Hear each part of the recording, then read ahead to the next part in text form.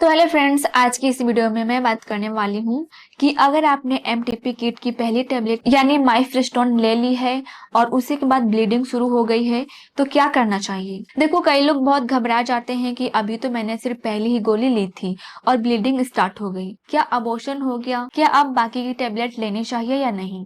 तो आज के इस वीडियो में हम इसी टॉपिक को आसान भाषा में समझेंगे। तो बिना टाइम वेस्ट किए वीडियो को शुरू करते हैं। तो फ्रेंड्स, एमटीपी किट में जो पहली गोली होती है वो माइफ्रेस्टोन 200 mg की होती है।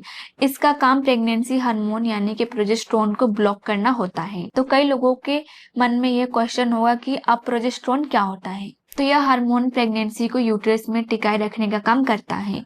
जब प्रेगनेंसी होती है तो यूट्रस की इनर लाइनिंग मोटी हो जाती है ताकि बेबी को न्यूट्रिशन मिल सके और प्रेगनेंसी आगे ग्रो हो सके।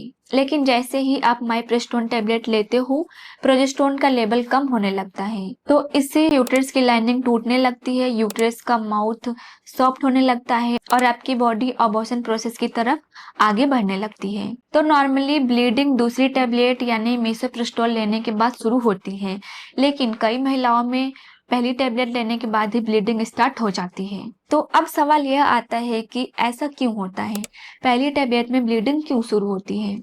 तो सबसे पहला रीजन है कम दिनों में प्रेगनेंसी। अगर प्रेगनेंसी शुरुआती स्टेज में हो और बॉडी हार्मोन अच्छे हो तो सिर्फ पहली टेबलेट से ही यूट्रस में कॉन्ट्रैक्शन शुरू हो जाते हैं और ब्लीडिंग आने लगती है। और दूसरा रीजन है कई लोग लोकल ब्रांड किट यूज कर लेते हैं, होम रेमेडीज ट्राई करते हैं या दूसरी मेडिसिन ले चुके हों, तो इन सब की वजह से भी फर्स्ट टेबलेट के बाद ब्लीडिंग हो सकती है। इसके अलावा कई बार बॉडी नेचुरली मिसकैरेज प्रोसेस शुरू कर देती है और टेबलेट लेने के बाद ब्लीडिंग ट्रिगर हो जाती है। अब बात करते हैं कि अब हमें क्या करना चाहिए।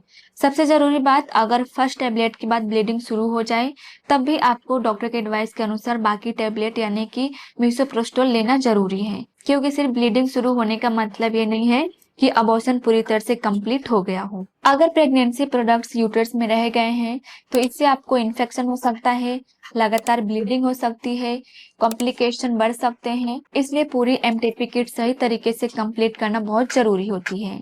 क्या ज्यादा हैवी ब्लीडिंग होगी?